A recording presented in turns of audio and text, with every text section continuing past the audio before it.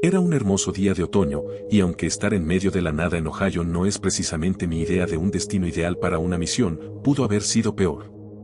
Abrí las ventanas, puse música y respiré ese aire limpio de campo. Un buen contraste con estar encerrado en ciudades, como a lo que estoy acostumbrado. Ver los tallos marrones de maíz cubriendo los kilómetros de campo a los lados del camino era una vista agradable, igual que el olor fresco del aire. Por suerte, estos trabajos no requieren mucha interacción con la gente. Aunque, inevitablemente, siempre hay algo de eso. De camino a este encargo, me multó un policía de algún pequeño departamento local. Y aunque sí, iba a exceso de velocidad, sentí que también le molestó ver a un federal en su territorio. Los policías locales no son muy fans de nosotros, eso lo he aprendido con el tiempo. Suelen ponerse sospechosos, pensando que andamos en alguna misión ultrasecreta sin avisarles. Supongo que no están del todo equivocados. Seguí conduciendo por el camino de grava hasta que el GPS me avisó que mi destino estaba por aparecer a la derecha.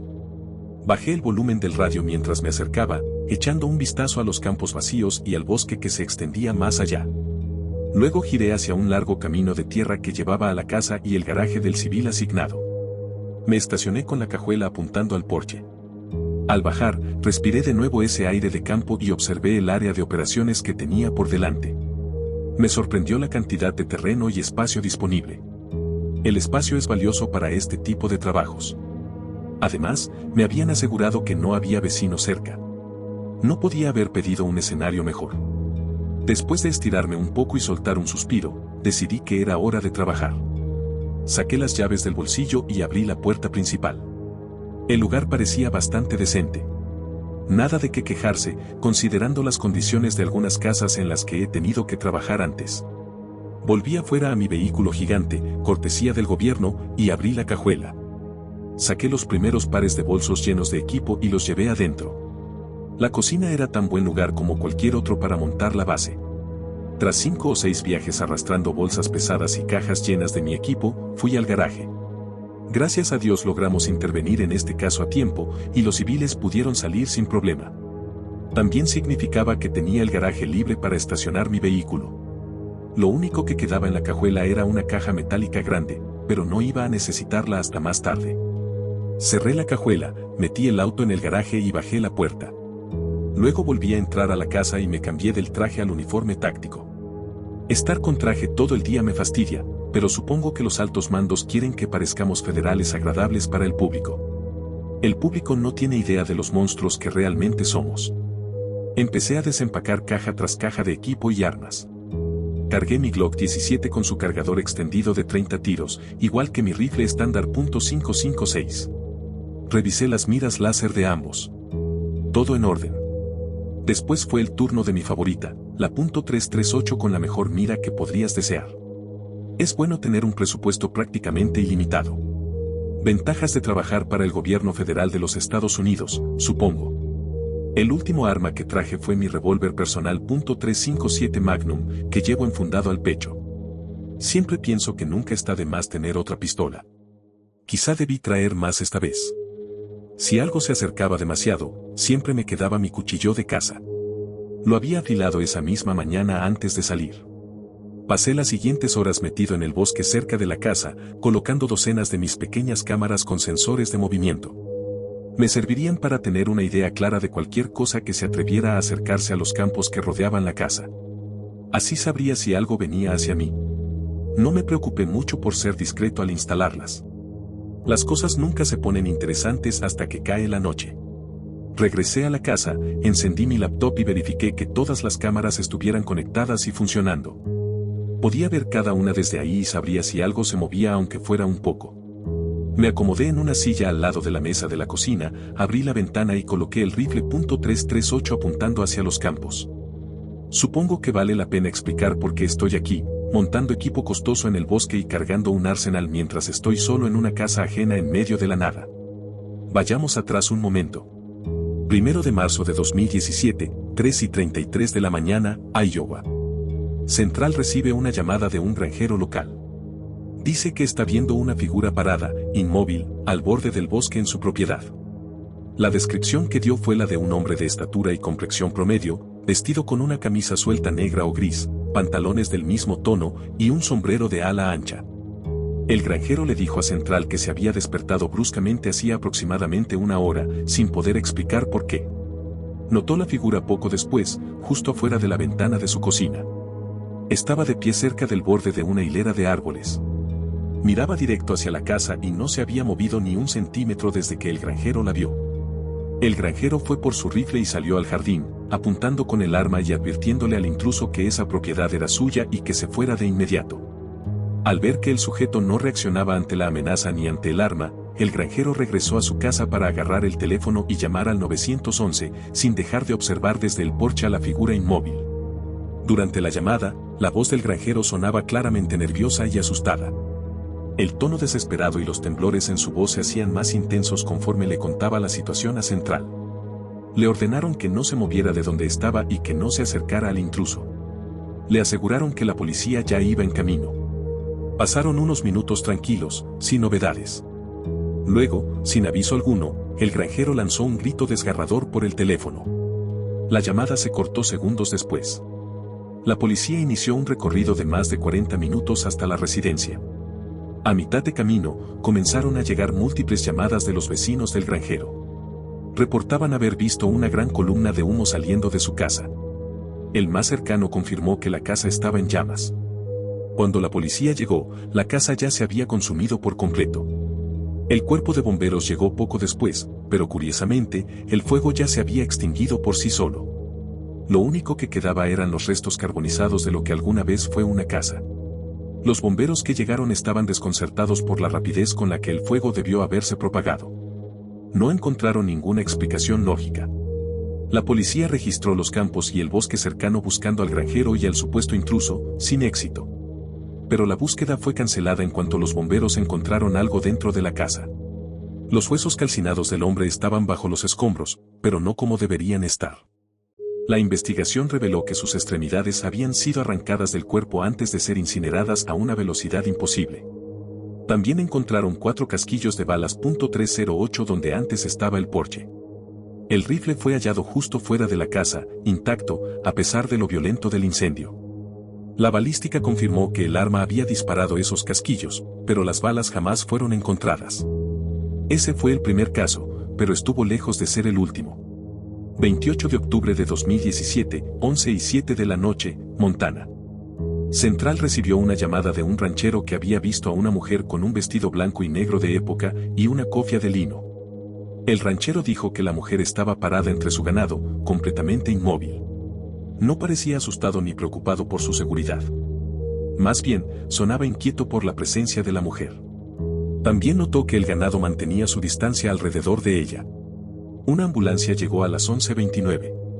Los paramédicos no encontraron rastro alguno de la mujer. Fueron hasta la entrada de la casa del ranchero y encontraron la puerta abierta, sin llave. Llamaron al dueño y, al no obtener respuesta, entraron. Lo primero que vieron fue el cuerpo del ranchero, colgado de una soga en la escalera.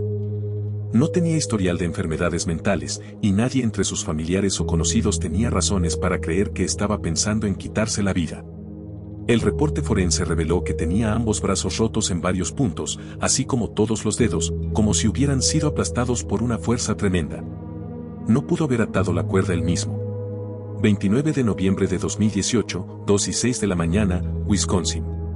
Central recibió otra llamada de un granjero. Había visto a una mujer con un vestido negro y blanco antiguo y una cofia de lino. Estaba de pie en medio del largo camino de entrada a su casa, justo bajo la lámpara que lo iluminaba. No se movía, a pesar del clima frío, del viento fuerte y de la nevada intensa.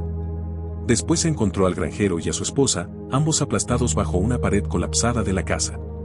Encima de ellos había piedras apiladas de forma aparentemente ordenada, hasta alcanzar el peso suficiente para romperles los huesos. Este fue el primer incidente del que tenemos evidencia fotográfica. Una cámara trampa instalada por el propio granjero a unos cuantos acres de la casa captó una imagen la noche del ataque. Aparecía la mujer, justo como él la describió. Vestido blanco y negro, cofia de lino. Parecía haber salido de otra época, como si alguien la hubiera colocado frente a la cámara como un maniquí. 30 de mayo de 2019, Minnesota. 3 de septiembre de 2019, Nebraska. 4 de enero de 2020, Dakota del Sur. Podría seguir. Pero el punto es que estos incidentes han estado ocurriendo con más frecuencia, y no se detienen. Nosotros sí sabemos qué son. O al menos, que se supone que representan para nosotros. Cada una de estas personas vivió en América del Norte durante los juicios por brujería. No creemos que hayan sido las que fueron ejecutadas. Creemos que fueron quienes hicieron las acusaciones. Las que mandaron a matar a sus vecinos. Las que ejecutaron a otros. Y ahora, han regresado para matar otra vez. Por suerte, mi departamento detectó estos patrones desde temprano y asignó un equipo para encargarse de ellos. Somos unos cuantos cientos. No tengo idea exacta de lo que hace cada uno.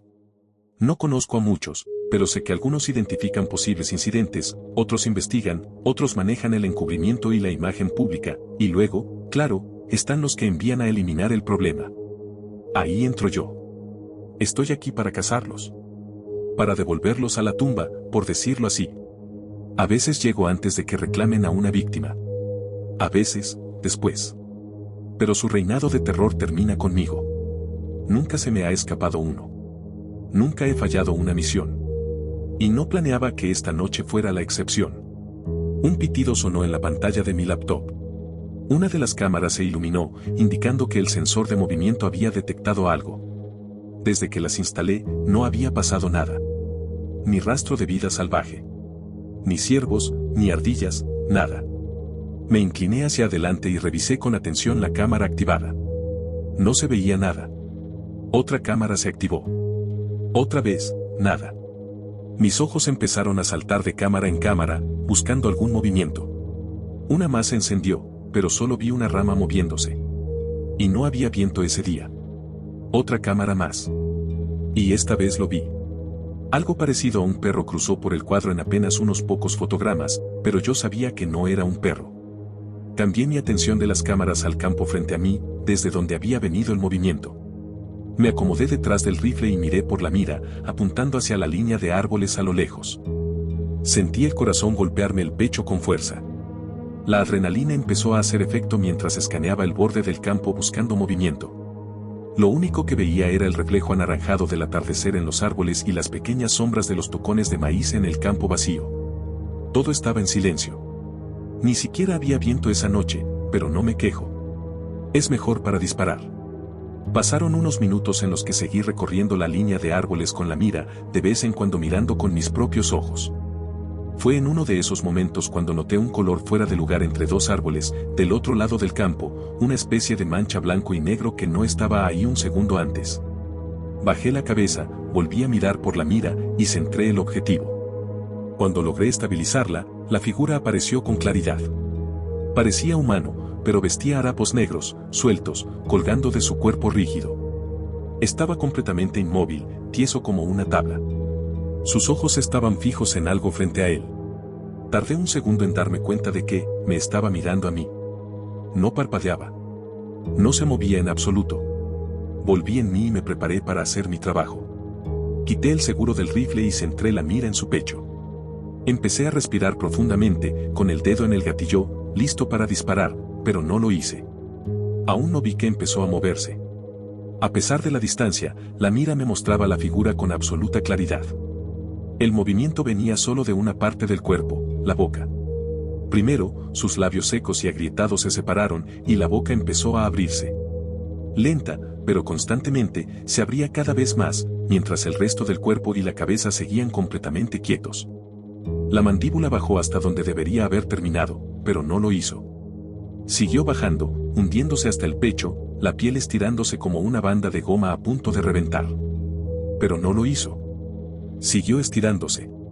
Aún rígido como una estatua, el ser mantenía sus ojos clavados en mí mientras su mandíbula colgaba, abierta de forma imposible.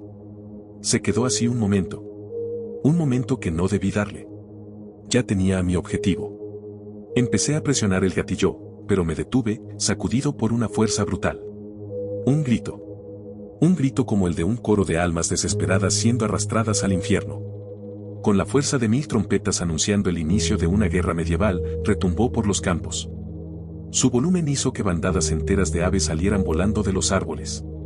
El estruendo me sacudió el pecho y me dejó paralizado, incapaz de jalar el gatillo. Nunca me voy a acostumbrar al grito de uno de esos. Aquí vamos, murmuré, lo único que pude decir en ese momento. Cerró la boca de golpe, dio un salto hacia adelante y plantó las manos como garras en el suelo. En cuanto tocaron la tierra, los pies lo siguieron, apoyándose con fuerza para impulsarse otra vez. Había comenzado su embestida. Todo el tiempo, su rostro seguía fijo en mí, con los dientes podridos al descubierto, apretados con furia. La velocidad con la que cruzaba el campo hacía que un ciervo huyendo pareciera lento. Pero esta vez, la presa era yo. Aunque el terror me golpeaba al ver a esa aberración corriendo hacia mí, ese ser nacido de odio y hambre encerrado en carne, mantuve la calma. Empecé a controlar la respiración, inhalando y exhalando para después poder disparar. El disparo retumbó en el cielo que ya comenzaba a oscurecer, atravesando el campo frente a mí. Fue mi respuesta a su grito de furia. No me moví, mantuve la mira fija en el objetivo, observando la salpicadura de sangre salir de su espalda. Empezó a gritar otra vez, esta vez con un tono rápido y desesperado. Moví el cerrojo con rapidez, recargando el siguiente cartucho, mientras escuchaba el leve sonido del casquillo de latón rebotando en el suelo debajo de mi silla. Aunque logré acertar un buen disparo al pecho, no sirvió de mucho. Siguió corriendo, manteniendo la misma velocidad. Pero ahora había cambiado de dirección, corría en línea paralela a mi posición en la casa. Estaba tratando de rodearme, de salirse de mi línea de visión. No podía permitirlo. Volví a controlar la respiración. Con cuidado, moví el rifle sobre el bípode hasta que la criatura volvió a entrar en el campo de visión. Sus extremidades golpeaban el suelo con velocidad y potencia mientras se impulsaba por el campo. Jamás me voy a acostumbrar a ver a uno correr. Moví la mira desde atrás, siguiendo su trayectoria, lo justo para empezar a alcanzarlo, lo justo para que la cruz lo interceptara. Inhalar. Exhalar. La mira se fue alineando con él. Inhalar. Exhalar. Presionar. Recargué de inmediato. Ese disparo lo hizo caer al suelo, pero no lo detuvo. Tras una corta caída, volvió a levantarse y comenzó a correr otra vez, esta vez de regreso hacia el bosque de donde había salido. Inhalar. Exhalar. Presionar. El tercer disparo apenas le rozó la espalda. Frustrado, recargué otra vez y apunté, pero ya era demasiado tarde. Antes de que pudiera alinear el cuarto disparo, había dado un último salto y volvió a desaparecer entre los árboles. Solté un suspiro y agaché la cabeza, decepcionado. Sabía lo que me tocaba hacer ahora, pero no quería hacerlo. Los últimos rayos de sol se colaban por la ventana abierta, iluminando mi rifle .338 mientras recargaba el cargador. Me quedé ahí, mirando la pantalla frente a mí, esperando que alguna cámara captara movimiento y me diera una pista de a dónde se había ido. Con mi suerte, no debía esperar nada. Al aceptar la realidad, me levanté y agarré mi rifle .556, colgándolo sobre el pecho. Apunté hacia el suelo, revisé la mira, el láser, la recámara. Todo listo. Luego ajusté el visor nocturno que llevaba en la cabeza, tomé el .338 y salí por la puerta. Solté otro suspiro, esta vez de puro estrés. Cazar a estas cosas de noche, en su propio territorio, nunca es divertido. Ni fácil. Prefiero 1000 veces acabar con ellas rápido desde la distancia. Pero no tenía opción. Solo quería terminar con esto. Bajé las gafas y las encendí, iluminando el campo oscuro en tonos verdes y blancos. Comencé la larga caminata. Me tomó más tiempo del que esperaba. Subestimé el tamaño del campo por la velocidad de esa cosa. Cada paso que daba era lento y silencioso. No quería que el crujido de mis pies sobre la tierra y los restos de tallos de maíz me tapara el oído. Si esa cosa hacía un sonido, tenía que escucharlo. Lástima que no pudiera hacer lo mismo con mi respiración pesada y nerviosa. Ni siquiera había llegado a la mitad del campo cuando encontré el primer charco de sangre, justo donde le di el segundo disparo y decidió huir. Había restos de carne esparcidos por el suelo, pero no me detuve a mirar. Me concentré en la sangre que seguía hacia el bosque. Cualquier cazador con experiencia ha tenido que seguir el rastro de un ciervo. Puede ser frustrante. El rastro no siempre es claro y nunca sabes hasta dónde llegó. En mi caso, sabía que esa cosa seguía viva. Y estaba furiosa. Seguí caminando, dividiendo mi atención entre el rastro de sangre en el suelo y la línea de árboles frente a mí, escaneando en busca de movimiento y escuchando con atención. Con algo de suerte, se habría puesto valiente y habría intentado atacarme en el campo abierto. Pero no soy tan suertudo. Silenciosamente, seguí el rastro hasta llegar al borde del bosque. Me detuve. Me calmé. No quería cruzar esos malditos árboles, pero no tenía elección. Tenía un trabajo que hacer. Extendí el bípode del punto 338 y lo dejé apoyado en el suelo. Luego levanté la culata del otro rifle al hombro. Respiré hondo y reanudé el paso, ahora más lento, más cauteloso. Al menos ahora mis respiraciones pesadas quedarían opacadas por el crujir de las ramas secas bajo mis botas. Apenas puse un pie dentro del bosque, vi la siguiente pista de sangre. Venía de una rama, con las hojas cubiertas de líquido rojo goteando. Me acerqué a observar, solo para notar más sangre en la rama de arriba. Y en la siguiente. Noté el patrón y seguí cada rama hacia arriba, una por una, todas manchadas. Entonces, algo se movió en la cima del árbol junto al que estaba mirando. Levanté el rifle de golpe, apuntando hacia lo alto. La masa se giró, y en mi visor nocturno aparecieron dos ojos brillando como luces blancas. Abrió la boca otra vez, listo para soltar otro de esos gritos ensordecedores, pero levanté el arma y apunté. El grito fue interrumpido por el disparo de mi rifle y el sonido sordo de las balas penetrando carne. Solo alcancé a disparar unas 6 veces antes de que saltara hacia las copas de los árboles vecinos. Seguí disparando mientras saltaba de un árbol a otro, pero en cuestión de segundos ya estaba fuera de mi campo de visión. Corrí a toda velocidad por el bosque detrás de él, viéndolo recorrer distancias imposibles de un salto, sacudiendo los árboles con tanta fuerza que pensé que algunos iban a quebrarse. Todo el tiempo intenté, sin éxito, alinear un buen disparo. Los pocos que logré hacer fueron fallidos o ineficaces. Incluso con el sprint completo que logré mantener por varios minutos, apenas si lograba seguirle el paso. Estuve a punto de abandonar la persecución hasta que vi una oportunidad, un claro. Un sendero. La distancia era demasiado grande como para que pudiera saltarla. En cuanto lo notó, giró en seco hacia la derecha y empezó a saltar de árbol en árbol, siguiendo la línea del camino.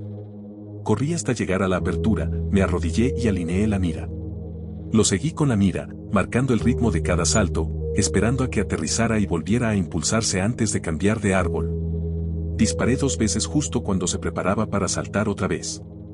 Ambos disparos fueron perfectos. Su cuerpo giró en el aire y se estrelló con fuerza contra el suelo. Ya lo tenía en la mira, listo para rematarlo, apreté el gatillo, pero no hubo disparo. Solo un clic seco, la aguja de percusión golpeando una recámara vacía. Grité maldiciones contra mí mismo mientras cambiaba el cargador a toda velocidad. Cuando levanté la vista, el cuerpo ya no estaba. Me puse de pie y seguí avanzando por el sendero con paso firme, el rifle listo en las manos.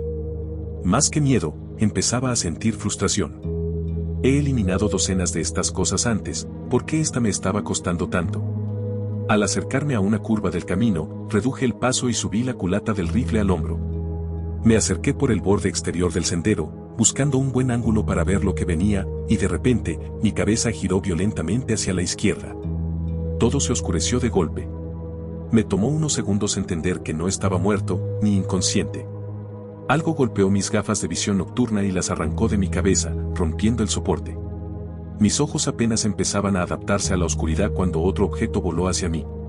Casi me da en la cabeza, silbó con fuerza al pasar junto a mi oreja. Era una roca, del tamaño de un balón de fútbol. No pude evitar mirar con asombro hacia el objeto que casi me decapita, y luego giré rápidamente la mirada hacia donde había salido. Ahí estaba. Detrás de los árboles, justo en la curva del sendero. Dejé que la ira me controlara y empecé a disparar sin parar hacia su torso. A esa distancia, la puntería ya no importaba tanto. Pero también significaba que estaba demasiado cerca. Empezó a correr hacia mí. Disparo tras disparo le iba arrancando sangre, que salpicaba las ramas y hojas mientras se lanzaba sobre mí. Otra vez se vació el cargador. Sin perder tiempo, saqué la Glock y seguí disparando sin parar. Entró al claro, cayó en 4 patas y luego se impulsó hacia adelante con esa misma velocidad de cuando cruzó el campo. Cerró la distancia entre los dos en segundos. Una mano me rodeó el cuello y me levantó del suelo como si no pesara nada. Siguió corriendo, cruzando el claro y llevándome con él, de nuevo dentro del bosque. Le disparaba a quemarropa con la pistola. Entre los disparos, escuchaba sus carcajadas histéricas, burlándose de mis intentos inútiles. Su cara tenía una sonrisa de locura sádica. Seguí disparando hasta que la Glock se quedó vacía. Sin otra opción, empecé a golpearle la cara con la pistola vacía. Eso sí lo molestó. Me lanzó con violencia por el aire. Sentí como mi cuerpo rompía docenas de ramas antes de chocar contra el suelo y rodar sin control. Me recuperé rápido, agarré el rifle que seguía colgado de mí y cambié el cargador. Apenas estaba a unos metros cuando empecé a disparar de nuevo. Alcancé a meterle unos tiros antes de que me agarrara el brazo. Esta vez levanté el cañón y lo golpeé con fuerza en la cara. Soltó un grito corto, molesto. Le empujé el rifle contra la cabeza, lo hice retroceder y gruñó de nuevo con furia.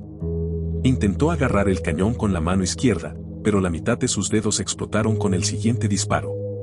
Retiró el brazo con un chillido, pero lo volvió a lanzar contra mí.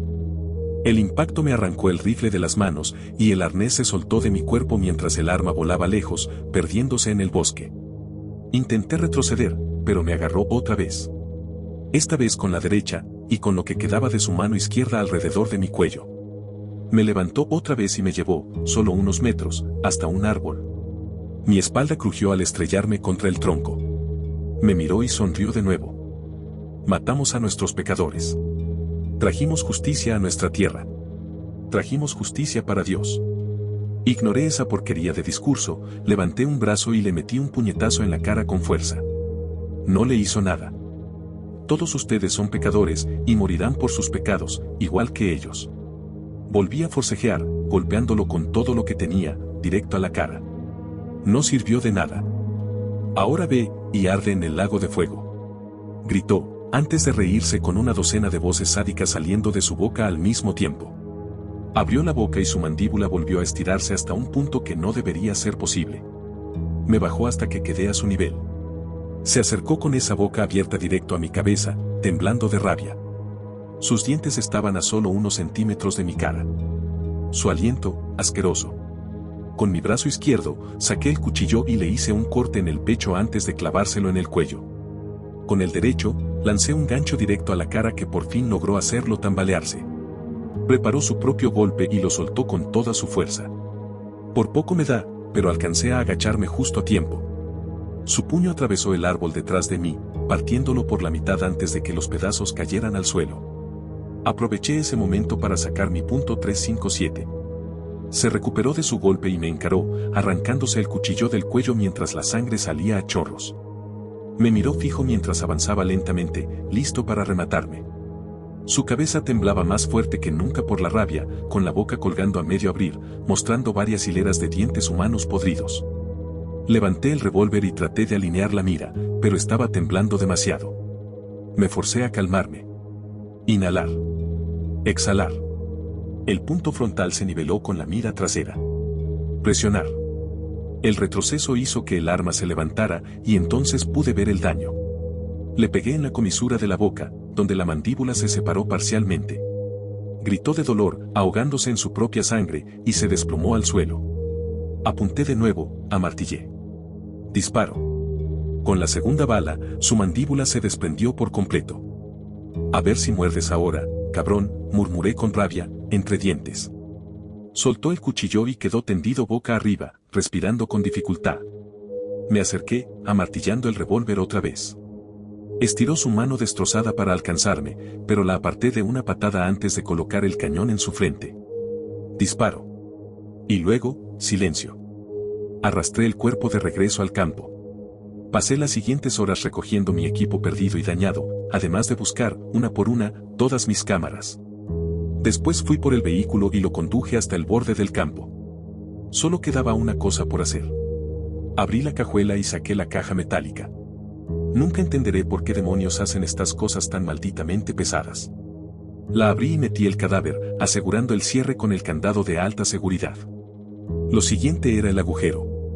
No fue nada fácil cavar después de haber sido golpeado, arrastrado y lanzado por un fanático muerto con fuerza sobrehumana, pero al menos sabía que esta era la última parte. Terminé de cavar el hoyo, metí el ataúd metálico y lo cubrí con tierra. Luego recogí mi equipo, lo empaqué todo, y me largué de ahí. Supuestamente hay un equipo de limpieza que llega después de nuestras misiones y destruye cualquier evidencia extraña. Sospecho que también se llevan el cuerpo. ¿A dónde? ¿Qué hacen con él? No tengo ni idea. pero me han dejado muy en claro que no haga preguntas. Solo que cumpla con mi parte del trabajo. Aún así, siempre me quedo con la duda. Lo que me genera aún más preguntas es por qué existen estas cosas en primer lugar. ¿Qué demonios está pasando? ¿Por qué ellas? ¿Por qué ahora? ¿Esto ha estado ocurriendo desde antes sin que lo supiéramos? ¿Me están mintiendo? ¿Qué va a pasar después si esto sigue creciendo? Porque eso es lo único que ha hecho crecer. Aparecen cada vez más seguido. ¿Cuándo termina? ¿Termina? Tengo más preguntas que respuestas.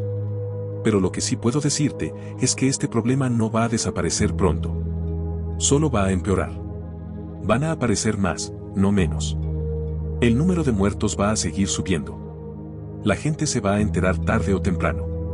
Más vale que sea ahora. Tal vez logremos detenerlos. Tal vez esto termine algún día, o tal vez los que terminemos seamos nosotros. De cualquier forma, yo voy a estar ahí para verlo.